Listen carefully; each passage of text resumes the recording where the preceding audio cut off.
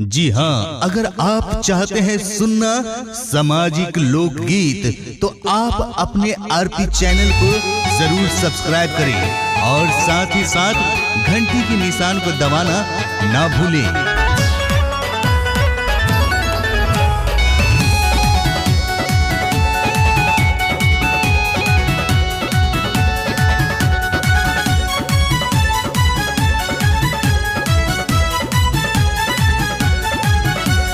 कल के पतोहिया ला जात नहीं खे, आज कल के पतोहिया ला जात नहीं खे। ससुर भैंसुर से शर्मात नहीं खे, ससुर भैंसुर से शर्मात नहीं खे। आज कल के पतोहिया ला जात नहीं खे, आज कल के पतोहिया ला जात नहीं खे, आज कल के पतोहिया ला जात नहीं खे।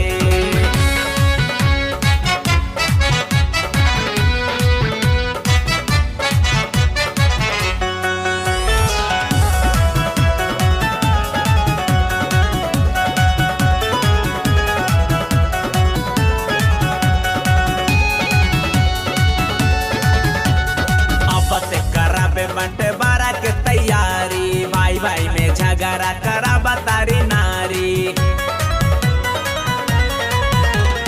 अब ते कराबे बंटवारा के तैयारी, भाई भाई में झगड़ा करा बतारी नारी। जोरे खाए में पोसात नहीं थे, जोरे खाए में पोसात नहीं थे। आज कल के पतोहिया ला जात नहीं थे, आज कल के पतोहिया ला जात नहीं थे, आज कल के पतोहिया ला जात नहीं थे।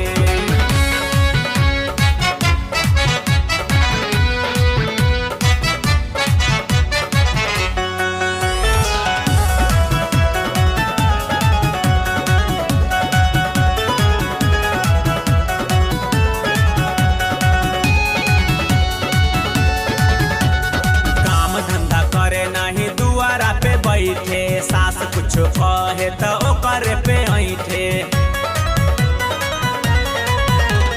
काम धंधा करे नहीं दुआरा पे बैठे। सास कुछ कहे तो ओकर पे ऐठे।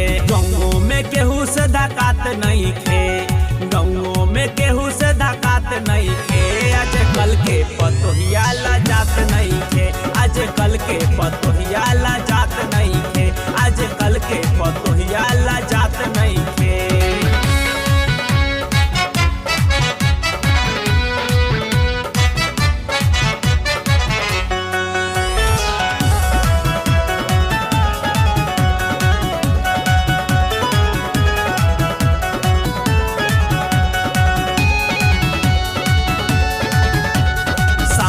ससुर के बकेली रोजगारी, गलती करके घरवा में क्रिया भी खाली। सास ससुर के बकेली रोजगारी, गलती करके घरवा में क्रिया भी खाली। रिश्ता के कोनो लिहाज नहीं थे, रिश्ता के कोनो लिहाज नहीं थे। आज कल के पतोहिया ला जात नहीं थे, आज कल के पतोहिया ला जात नहीं थे, आज कल के पतोहिया ला जात नहीं थे।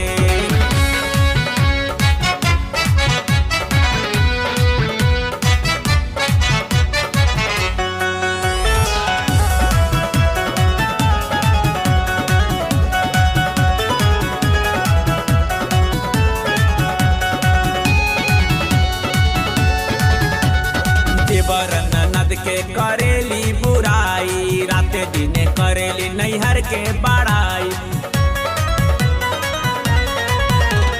देवर ननद के करेली बुराई, राते दिने करेली नैहर के बड़ाई। ससुर के लर्जर सोहात नहीं खे, ससुर के लर्जर सोहात नहीं खे। आज कल के पतोहिया ला जात नहीं खे, आज कल के पतोहिया ला जात नहीं खे, आज कल के पतोहिया ला जात नहीं।